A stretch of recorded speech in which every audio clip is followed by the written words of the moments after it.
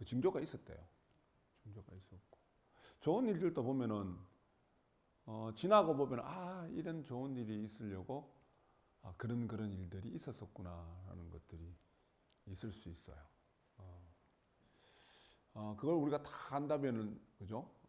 얼마나 좋을까요? 그래서 우리가 미연의 복 심고 미맹의 화를 끊는다. 우리 종교의 말씀처럼 경전의 말씀이 있잖아요. 우리가 진리 생활을 하면서 육행실천과 더불어서 내가 내 마음 그릇 키워가면서 진리에 어긋나지 않는 그러한 삶을 실천해 나가는 그 모습이 열심히 염송하고 정진하고 불공하는 그 모습이 미연의 복을 심고 미맹의 화를 끊는다. 그죠? 내가 복을 심어 나가는 거예요. 그래서 선업의 싹을 키울 수 있도록 선업의 씨앗을 많이 뿌리는 거죠. 살다 보면은 본의 아니게 또 좋지 않은 인연을 지을 때가 있단 말이에요. 그죠? 좋지 않은 인연을 지을 때가 있단 말이에요. 제가 우리 상륜시민당 주교는 우리 전수님이구나. 스승으로서 보사님들하고 이렇게 소통하잖아요. 제가 마냥 좋지는 않죠. 제가 미울 때도 있죠. 전수님 빼고. 그죠? 사람이 어떻게 마냥 좋겠습니까? 그죠? 그러면 순간 딱 미움이 일어났단 말이에요. 그것도 좋지 않은 인연을 짓는 거예요. 사람 미워하는 것이 안 좋거든요. 그죠? 살다 보면 그럴 때가 있단 말이에요. 근데 좋은 것이든 좋지 않은 것이든 관에 있단 말이에요. 인과가 있어요. 그죠? 살다 보면 어떤 사람 미워할 때가 있잖아요. 그죠?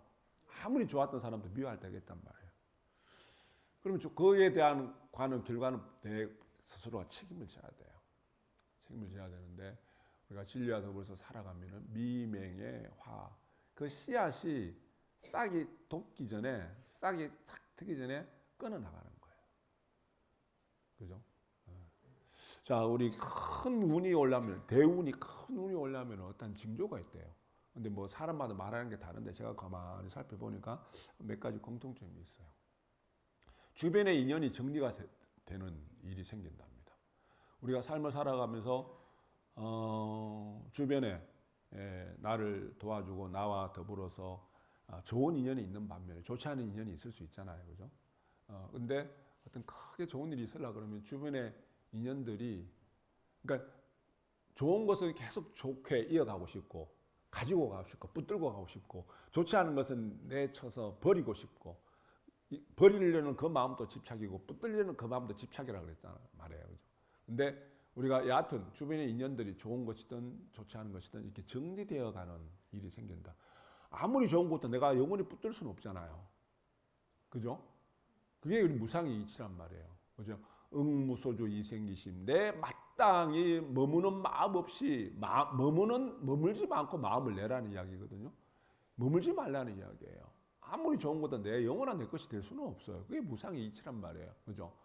그런데 우리가 여하튼 좋지 않은 인연도 정리가 되고 좋은 인연도 뭔가 인연이 맺어지는 인연이 정리가 되는 근데 그거를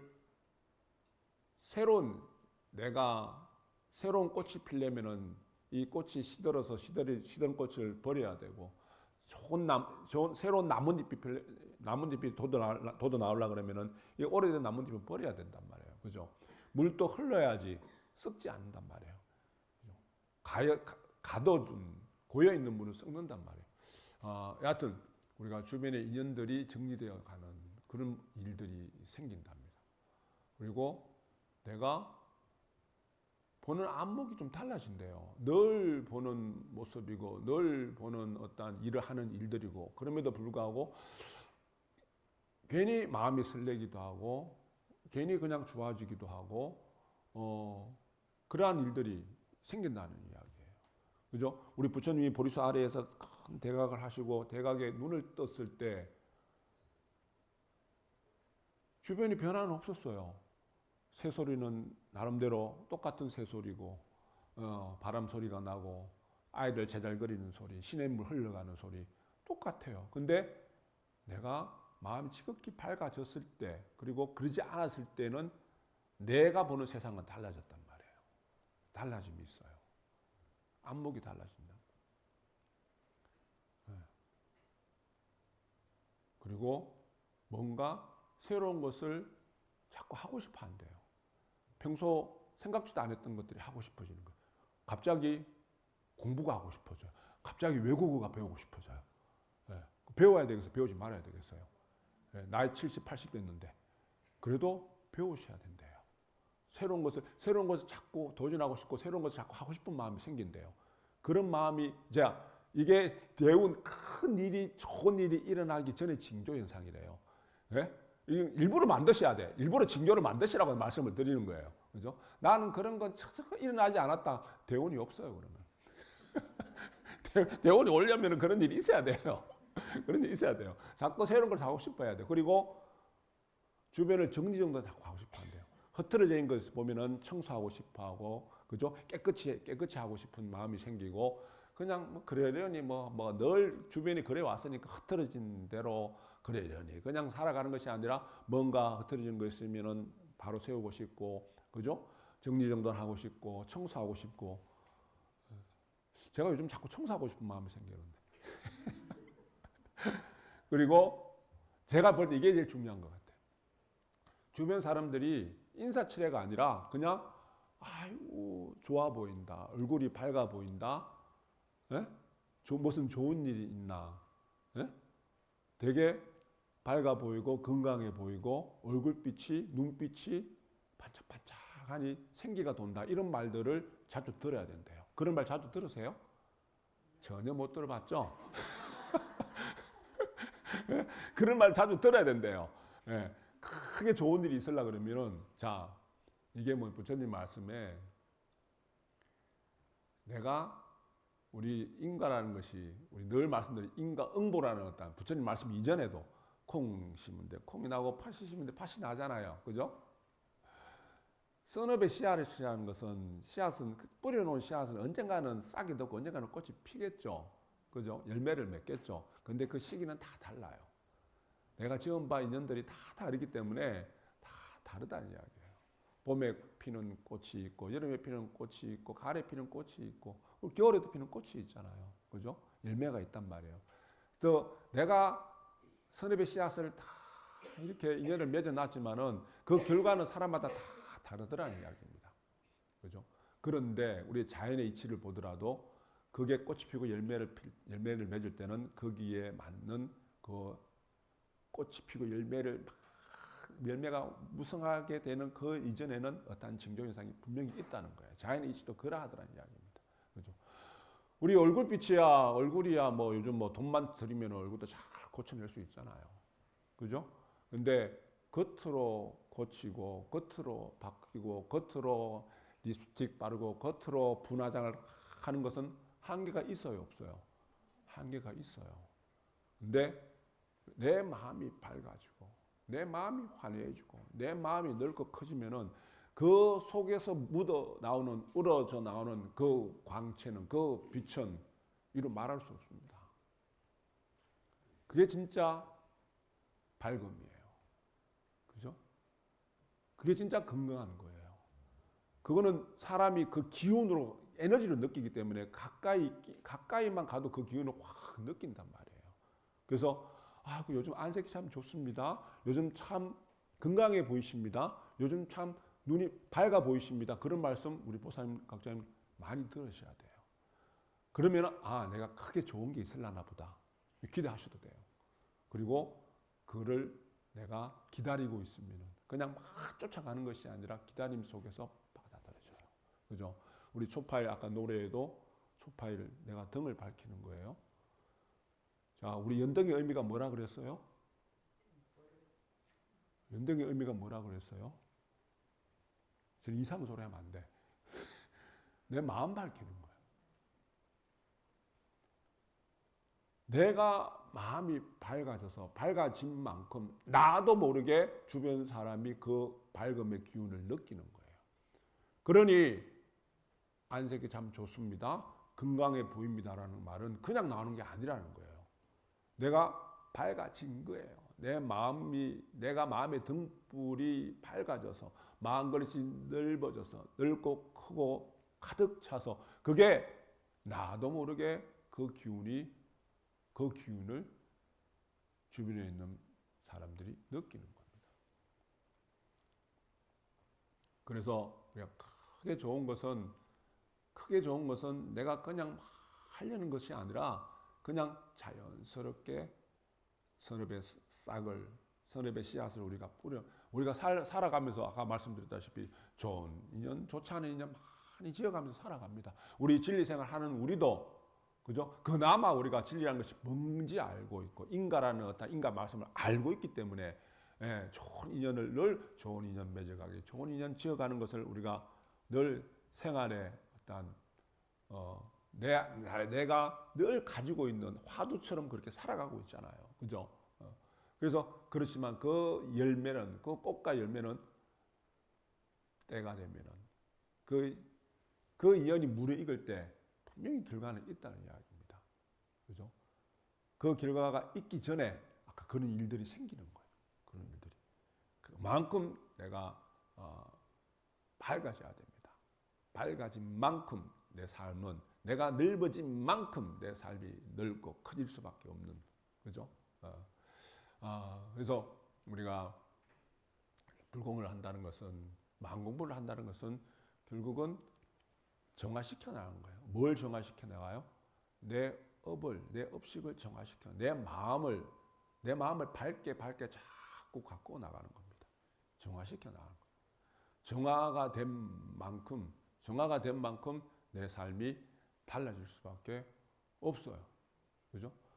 그러니까 우리가 한평생을 살면서 주변에 우리 진리를 모르고 진리와 덤져서 살아가는 일반 어떤 그런 탐지지 삼독으로만 살아가는 사람들 모습을 보면은 그 업의 노름에 그냥 이끌려서 살아가요. 그것으로부터 벗어나는 거예요. 우리 진리 생활을 한다는 것은. 그냥 내가 지어오는 그 업에, 내 업식에 이끌려서, 내 무의식 세계에 이끌려서 그냥 속된 말로 똥인지 된장인지도 모르고 그렇게 살아가는 거예요. 그죠? 그러니 삶이 고통스러울 수밖에 없고 괴로움으로 가득할 수밖에 없잖아요. 우리 인간 세상에서 제일 중요한 것은 내 삶의 내 행복을 좌지우지하는 것은 우리 관계입니다. 내가 관계에서 모든 것이 자유로워져야 돼요. 그죠? 관계에서 자유로워져야 됩니다. 그런데 우리가 참 재밌는 건 뭐냐면은 나를 힘들게 하고 나를 괴롭게 하고 불편하게 했던 상대가 죄인이잖아요. 그죠? 근데 실제 보면은 그 상대보다도 내가 힘들고 내가 고통스러워요. 그럴 때가 있단 말이에요. 저 사람이 잘못했는데 죄를 지어도 저 사람이 지었는데 왜 저 사람은 편안하게 살아가고 왜 내가 이렇게 힘들고 고통스러울까? 이거 어떻게 풀어야 돼요? 뭐부터 풀어야 돼요? 결국은 내 마음에서 풀어야 돼요. 상대를 우리가 살아가면서 상대의 꼬리표를 늘 달거든요. 저 사람은 어떤 사람이야? 저 사람은 원래 저래. 저 사람은 원래 속이 좁은 사람이야. 저 사람은 원래 상이 많은 사람이야. 이렇게 꼬리표. 저도 이렇게 보면 꼬리표를 탁탁탁 붙여놓는 사람들이 꽤 있어요. 왜? 그거는 내가 붙인 꼬리표예요. 우리가 있는 그대로 보라 그러거든요. 있는 그대로 보래요. 부처님 말씀에. 그래서 일체중생 시류불성이라고 부처님이 말씀하시는 거예요. 있는 그대로 바라볼 때 부처 아닌 사람이 없는 거예요. 근데 내가 붙이는 그 꼬리표는 결국은 뭐예요? 그래서 상대자의 저음으로 내음의 그림자예요. 결국은 내가 나를 아프게 하는 거거든. 그잖아요? 내가 상대를 있는 그대로 보지 못하고 내가 꼬리표를 붙여서 바라보는 거예요.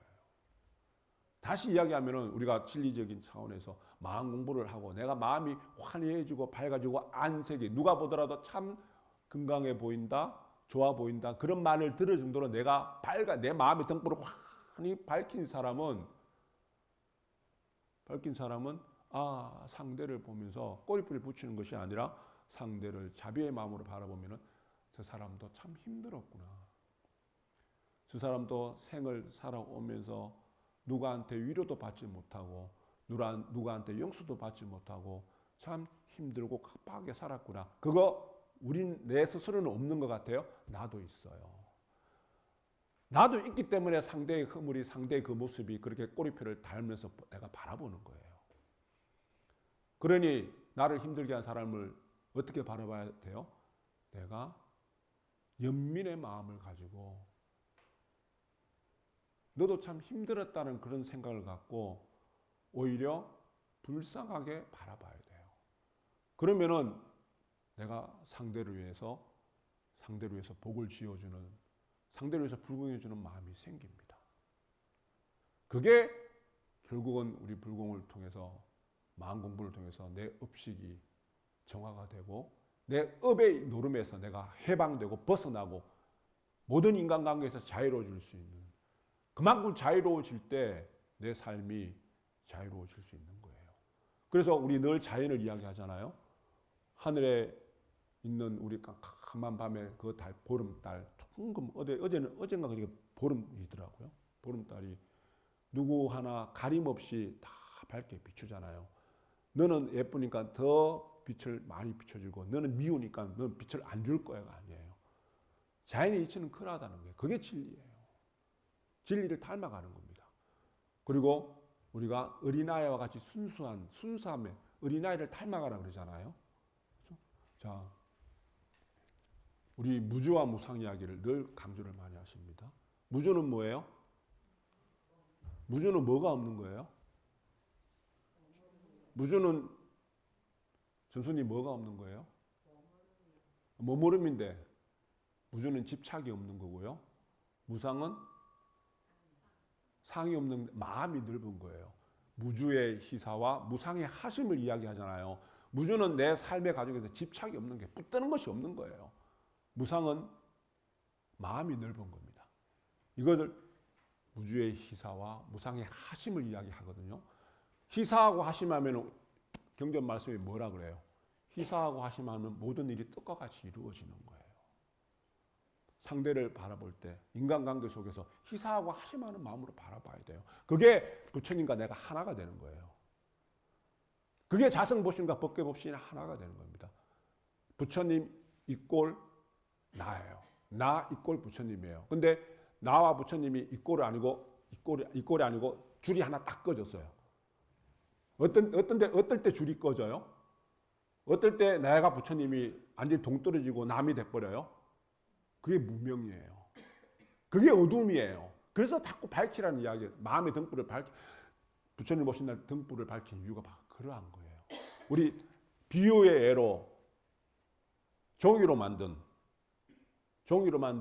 종이 배가 있고요. 종이를 예쁘게 접으면 종이 학이 있죠. 그죠? 종이로 비행기를 접으면 종이 비행기가 돼요.